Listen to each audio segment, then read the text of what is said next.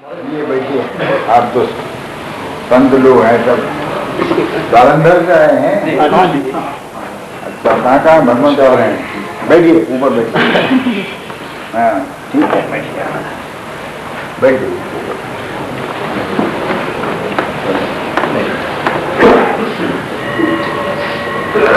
कहाँ होके आ रहे हैं? महाराज रामानंद जी महाराज। अच्छा, जालंधर बल्ला में, सचखंड बल्ला में गुरु रविदास जी का महाराज श्रवणदास जी के द्वारा आश्रम बनाया गया। उसके बाद उन्होंने ही गुरु रविदास जी के जन्म स्थान की खोज करके बनारस में जो श्री गोवर्धनपुर में उन्होंने भव्य मंदिर, बहुत बड़ा मंदिर बना करके उसके ऊपर उन्होंने 10 फीट ऊंचा सोने का कलश चढ़ा करके और बहुत बड़ा काम किए हैं। इधर किया है? इधर है मगहर जाने का। इधर बनारस में कब मंदिर बना है? ये बनारस में 64 में मंदिर जो है शुरुआत हुआ और 1-2 साल के अंदर में निर्माण पूरा हो गया। अभी महाराज जी इन तमाम भक्तों के साथ में एक बहुत बड़ा हॉल बनाने के लिए आए थे और 1 महीने के अंदर में पिछले 19 तारीख को शुरुआत किए और रातों दिन लग करके और 1 महीने के अंदर बहुत बड़ा हॉल जो है उन्होंने बना दिया है। और फिर आपका दर्शन करने का बहुत इच्छा है, तो आपका करके दर्शन देने के लिए आपका दर्शन हमें कबीर कीर्ति मंदिर में मिला। मैं यहाँ भी आया था तो महाराज जी के साथ मैं गया था बनारस में। तकरीबन काफी दूर है। किस तरफ है? कश्मीर की तरफ? हाँ जी, और जम्मू की तरफ? जम्मू की तरफ। जलंधर से जब पठानकोट तो मध्य में करीब मध्य में बढ़ रहा है। हाँ जी, तो सुबह होके फिर पठानकोट है। ठीक। और तो ऐसा था स्वामी जी। हाँ बोलिए। गुरु साहब जी, ये महाहरि शरण जी और सुंदरदास जी, ये जो महा विश्वविद्यालय में अध्ययन कर रहे हैं और कबीर मठ पर निवास था कीर्ति मंदिर में, तो दोनों स्थलों पर रहते थे और हम बराबर वहाँ जाते आते रहते। पहले से जो हमारे वहाँ से लोग आते थे उनसे काफ़ी स्नेह था। तो कई दिनों से चर्चा चल रही थी कि मकर कबीर साहब महाराज जी का वो निवास स्थली है, वहाँ पर उनकी समाधि है, दर्शन किया जाए। तो इसी बीच में पता चला कि गोरखपुर होते हुए चले गए और वहाँ से रास्ता है और वहाँ गुरु गोरखनाथ जी का स्थान है, तपस्या स्थान है। तब इन महापुरुषों ने जब बताया तो मैंने कहा कि पहले गुरु गोरखनाथ महाराज जी के गोरखनाथ जी का आपका मगर आप जाएंगे जी हाँ, वहाँ गोरख तलैया पूछिएगा। जब हाईवे रोड के कबीर साहब जब वहाँ से आए थे ना मगर में, बिजली खां लाया था उनको जी। तो कबीर साहब ने उन्होंने बिजली खां ने कहा कि महाराज जी तो ऊसर जमीन है, यहाँ तो पानी की कमी है। तो उन्होंने कहा कबीर साहब ने कि यहाँ बहुत बड़ा एक साधुओं का सम्मेलन करो, भंडारा टाइप का करो, सिद्धों को आमंत्रित करो। तो किया गया, सब भंडारे का आयोजन हुआ, सब लोग आमंत्रित हुए। तो उसके बाद भंडारी आया, कहा सब कुछ राशन पानी सब हो गया, लेकिन जो है पानी सूख गया कुएं का। वैसे जो वहाँ तो उन्होंने कहा ये आए हुए हैं सब महापुरुष सिद्ध लोग, इनसे कहो पानी निकालें, करामात दिखावें अपनी। तो सब जो है दिखाए। तो गोरखनाथ जी भी गए थे, तो गोरखनाथ जी को तो अमर हम मानते हैं। जैसे कबीर साहब से भी उनका वो हुआ है, नानक देव जी से भी हुआ है, फिर उसके पहले जो है गोरखनाथ जी राजा भरतरी को भी शिष्य बनाए हैं 200 बरस पहले नेपाल के राजा। तो गोरखनाथ जी मैंने वो विभिन्न काल से जुड़े हुए हैं और इसलिए वो अमर हैं हमारे लिए। मुझसे गोरखनाथ की परंपरा में गोरखनाथ जी को अयोनिस और वो अब भी ये कहते हैं अमर की। इसलिए जैसे आपके सियालकोट में पूर्ण भक्त हुआ है ना, तो पूर्ण भक्त भी जब उसके बाप ने हाथ पैर काट के फेंक दिया था तो गोरखनाथ जी फिर वही चौरंगी नाथ के नाम से विख्यात हुए नाथ पंथ में। जो कलकत्ते में चौरंगी स्क्वायर है ना, उस चौरंगी नाथ के नाम से है। राजा भरतरी भी जो है विक्रमादित्य के बड़े भाई, 2000 वर्ष से ज़्यादा, वो भी गोरखनाथ के शिष्य हैं। तो अमर थे। तो कबीर साहब के समय में भी वो रहे हैं और तो उसमें सब ने, तो उसके बाद गोरखनाथ जी ने पैर मारा वहाँ पर और पानी निकल गया। वही गोरखतर है ना, हाँ जी, रविदास जी का। जी। हाँ, रविदास जी का भी तो इस तरह से अरे इन संतों का जो है परस्पर जो है सत्संग, चीज तो एक ही है। देखिए माने जो कुछ भी हो नाम में भेद हो सकता है, लेकिन जितने भी महापुरुष हुए हैं सब ने एक ही जो है मूल तत्व एक है। यदि आज संप्रदाय भेद से अलग अलग तत्व हो या ईश्वर अलग हो, तो जैसे नीचे लड़ रहे हैं आपस में, वहां भी वे आपस में लड़ेंगे सब। इसलिए वो एक ही तत्व को अनेक रूप में जो है विभिन्न संप्रदाय के आचार्यों ने, ये तो जो है आप हमारे यहाँ गए कि नहीं, वहाँ हॉल में नहीं गए होंगे, वहाँ संत कबीर भी आपको मिलेंगे और संत रविदास जी भी, सबकी मूर्ति रखी हुई है हमने। हम लोग सामाजिक समरसता में विश्वास करते हैं। वहाँ महावीर भी हैं, वहाँ पर अभी जरा देखो खुलवा करके आपको दर्शन आ जाए, हमेशा रोज तो आएंगे नहीं आप, कह दो उनसे जो खोल खोल करके और दर्शन कराओ आपको। अब मैंने जितने भी ऋषि मुनि, दो उद्देश्य उसके, एक तो ये था कि आज का जो नया जनरेशन है वो सिनेमा एक्टर और एक्ट्रेस का नाम तो खूब जानता है, लेकिन अपने ऋषि मुनि और महापुरुषों का नाम नहीं जानता है। तो यहाँ वो हमें तो उसमें जो है देख करके कि वही हमारे महापुरुष ऋषि मुनि ये संत हुए हैं जिनका प्रभाव समाज पे रहा है। दूसरा ये है कि सामाजिक समरसता। हिंदू समाज जो है ये बड़ा उदार समाज रहा पहले से, लेकिन मुस्लिम शासन काल में जब वो मंदिर तोड़ रहे थे, जबरदस्ती मुसलमान बना रहे थे, तो उस समय इसमें कट्टरता आ गई, संकीर्णता आ गई। और उस संकीर्णता की वजह से आज जो समाज में अनेक तरह की बुराइयां, छुआछूत, ऊंच नीच की भावना है, जातिवाद है, क्षेत्रवाद है, ये हिंदू समाज के लिए बड़ा अभिशाप है। यदि इसको संतों ने रोका नहीं तो फिर जो है देश गुलाम हो जाएगा, कोई आश्चर्य नहीं है। इसलिए हम लोग जो है इसके लिए जो है हमेशा जो प्रयास करते रहते हैं, हिंदू समाज को जो है उसको उसमें एक चेतना और एक जागृति कि भाई ये जो है जितने भी महापुरुष हुए हैं समाज को इनकी कुछ ना कुछ देन है, और इसलिए सभी हमारे लिए सम्मानित हैं और आदरणीय हैं।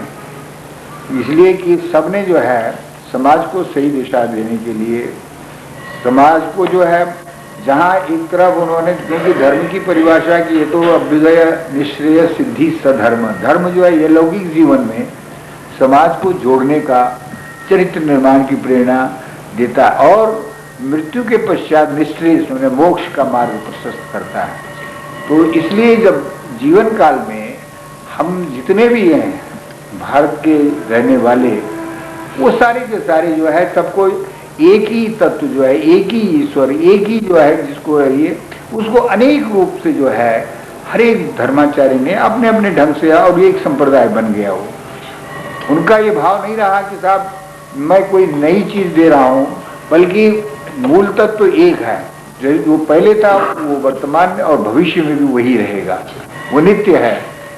और उसको अनेक रूप में जो है जिस तरह से उन्होंने जो अपने मैंने दर्शन के अनुसार जो है, अनुभव के अनुसार जो उसको बताया है, तो इस तरह से आपस में उनका भाव ऐसा नहीं था। लेकिन बाद में आकर के उनके शिष्य आपस में लड़ने लगे, ये कि हमारे गुरु जी ने जो है सर्वोच्च अनुभव उनका है और दूसरे का जो निम्न है, ऐसा नहीं है। बल्कि हमारे यहाँ जो मन को एकाग्र करने के लिए आदमी प्रयास करता है साधक, तो सबकी एक ही स्टेज है। देखिए प्रत्याग जैसे अष्टांग योग में है, ये मन को एकाग्र करने का जो है, ये अष्टांग योग में जो है थोड़ी देर के लिए जो अपने ध्येय विषय में एकाग्र होता है, अधिक देर तक वो भागता रहता है, फिर पकड़ के लाता है तो उसमें उसको एकाग्र, जब तक ये स्थिति रहती है तब तक समझना चाहिए कि प्रत्याहार पहली स्थिति है ध्यान की है। उसके बाद धारणा आती है कि ज्यादा देर तक मन जो है अपने ध्येय विषय में एकाग्र होता है और एक कितने काल के लिए वो इधर उधर भागता है, तो फिर उसको जो है पकड़ करके अभ्यास के द्वारा फिर प्रत्याहार के बाद धारणा, धारणा के बाद ध्यान अवस्था आती है, जिसमें लगातार जो है ध्येय विषय अवगाही वृत्ति रहती है। तो तब समझना चाहिए कि अब ध्यान में ध्याता, अब मैं ध्यान कर रहा हूँ, इस विषय का ध्यान कर रहा हूँ इस वृत्ति के द्वारा, त्रिपुटी कहते हैं इसको। ये तीनों का भान साधक को रहता है। उसके बाद सविकल्प समाधि आती है, ध्याता अपने को भी भूल जाता है, ध्यान भी जो है लुप्त हो जाता है, ध्येय विषय केवल सामने रहता है। फिर निर्विकल्प आती है, निर्विकल्प में बने उसका जो सविकल्प में ध्येय रहता है वो भी जो है एक तरह से लुप्त, बने उसमें इसी तरह से जो है मन रहता है लेकिन निरुद्ध होकर रहता है, विशेष ज्ञान नहीं रहता उसमें। जैसे 3 अवस्थाएं हैं, जागृत है, स्वप्न है, सुषुप्ति है। आप जैसे जागृत अभी हम जब बात कर रहे हैं, स्वप्न है, इंद्रियां जो है उपराम हो जाती हैं, मन केवल काम करता रहता है, और सुषुप्ति मन भी उसमें लीन हो जाता है। लेकिन जब सुषुप्ति होती है तो फिर आप आसन पे बैठे रहे तो गिर जाएगा शरीर, क्योंकि मन जब नहीं रहेगा तो शरीर गिर जाएगा। लेकिन निर्विकल्प में जो है मन रहता है, विशेष निरुद्ध होकर रहता है, इसलिए ध्यान में जो है रहते हुए, निरुद्ध अवस्था में रहते हुए भी शरीर गिरता नहीं है। मन उसी तरह से रहता है जैसे कोयला होता है काला, अब कोयले को तोड़िए तो अंदर से लाल अग्नि दिखाई देती है, बाहर से काला दिखाई देगा। ऐसे ही मन की भी स्थिति है, मन सूक्ष्म रूप से रहता है लेकिन शरीर गिरता है। तो ये सबका एक ही तरीके से होता है, चाहे वो वेदांती हो, चाहे वो बौद्ध हो, चाहे जैन हो, क्योंकि मन सबका एक जैसे है, उसका स्वरूप भी एक जैसे है। और यदि एकाग्र करने के लिए कोशिश करेंगे तो वो भी उन्हीं स्टेजेस से हर एक को, बौद्ध को, जैन को, वैष्णव को और कबीरपंथी को और सबको जो है एक स्टेज से गुजरना पड़ता है, समान स्टेज से। इसलिए उसमें कोई अब आने वाले बाद में है, कहते हैं हमारा जो आचार्य ने सर्वश्रेष्ठ जो ऊंचा अनुभव किया है, वो ऊंचाई तक गए, उसमें हम लोग जो है उसमें सीढ़ियां नहीं बना सकते हैं, ये ऊपर गए ये नीचे है, ये ऐसा नहीं है, वो एक स्टेज है सबका। इसलिए ये बराबर है, समान इसीलिए हो रहा है, ये समाज में सम्मान नहीं होगा, वो समाज में रहना नहीं चाहेगा। तो आज इसलिए उनके लिए जो है ये देश में एक ऐसा अवसर मिला है, ये समाज में जो है उसकी भावना है। तो हम लोग इसके लिए आप देखेंगे वहाँ सब जितने महापुरुषों को समान स्तर पर बैठाया गया है। वहाँ फिल्म बना सकते हैं? हाँ हाँ, बड़े आप कौन आया खुल गया आज जो है संगठित रहेगा, एक रहेगा। जैसे दिल्ली भारत सरकार का एक राज्य है, कश्मीर भी राज्य है, लेकिन वहाँ आप जो है धार्मिक अनुष्ठान नहीं कर सकते हैं, आप अमरनाथ की यात्रा नहीं कर सकते यदि आपकी सेना सहायता न करे तो। आप वहाँ पर गीता, रामायण, श्रीमद् भागवत या उस पर कोई चर्चा नहीं कर सकते। क्यों? इसलिए कि जहाँ हिंदू अल्पमत में है वहाँ पर मुसलमान उनको कुछ करने नहीं देता है। और इसलिए यदि हमको इस धर्म को, इस संस्कृति को या अपने महापुरुषों को जो है इस देश में अमर रखना है, तो उसके लिए हिंदू समाज जब सबल रहेगा, बहुमत में रहेगा प्रजातंत्र में, तभी हमारा सभी आध्यात्मिक और धार्मिक और सांस्कृतिक वैभव इस देश में सुरक्षित रहेगा। और हिंदू बटा रहा तो इतिहास बताता है 1000 वर्ष तक गुलाम रहा, तो फिर जो है वो गुलामी आएगी। तो इसीलिए हम लोग कहते हैं भाई हम लोग जो है व्यवहार में, अब ये वहाँ पर वाराणसी में आप गए होंगे, एक धर्म संसद थी जिसमें विश्व हिंदू परिषद के द्वारा, तो हम लोग जो है भाषण कर रहे थे कि भाई ये जो छुआछूत है हिंदू धर्म में, शास्त्र इसका जो है समर्थन नहीं करता है। राम ने नहीं किया, सवई हरिजन के जूठे बेर खाए, कृष्ण ने नहीं किया, ग्वाल बालों के साथ रहे, शंकर ने, ये हमारे जितने भी महापुरुष हुए हैं किसी ने इसको प्रश्रय नहीं दिया है। तो वहाँ जब भाषण कर रहे थे तो जो डोम राजा है वहाँ जो हरिश्चंद्र घाट पर रहता है, तो वो आया, उसने कहा साहब आज देश के धर्माचार्य करें ये जो छुआछूत धर्म सम्मत नहीं है, हिंदू समाज जो है इसको जो है त्याग करे। आज मैं अनुभव कर रहा हूँ कि मैं भी धरती पर मनुष्य हूँ। पहले तो लोग कहते थे जी तो वो हैं चांडाल है क्या है, लेकिन तो उसने चाहे परीक्षण भी देखना हो, चाहे महाराज आप सब लोगों का भोजन हमारे यहाँ होगा, ये भाषण करते हैं भोजन भी करेंगे हमारे यहाँ, तो ये बात जो है वहाँ पे और तो कहने का तात्पर्य है कि सब कुछ अपना नहीं है। अभी लालू ने कहा कि जो मुख्यमंत्री है वहाँ का, उसने कहा कि मैं बिहार में एक ऐसा कानून बना रहा हूँ कि हिंदू मंदिरों में हरिजन पुजारी रखा जाए। हमने कहा ये मूर्ख है, ये जानता नहीं है। अरे हमारा भगवान तो वो है कि जो अपवित्र को भी पवित्र कर देता है।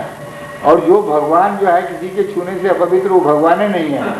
तो हम अयोध्या से ये हमारे संत रविदास मंदिर के पुजारी हैं, फलारी बाबा थे, सब पढ़ा लिखा भी था।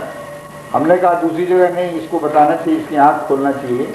वहीं बिहार में स्टेशन पर एक महावीर का मंदिर है, वहाँ जा कर के उसको बैठाया पुजारी और लालू से कहा कि आओ देखो तुम, देश के धर्माचारी इसको नहीं है। हम लोग भगवान में जो श्रद्धा विश्वास रखता है, चरित्रवान है, वो सब पुजारी हो सकता है, चाहे कोई भी हो। तो इस तरह से इस समाज को जोड़ने का काम आवश्यकता है।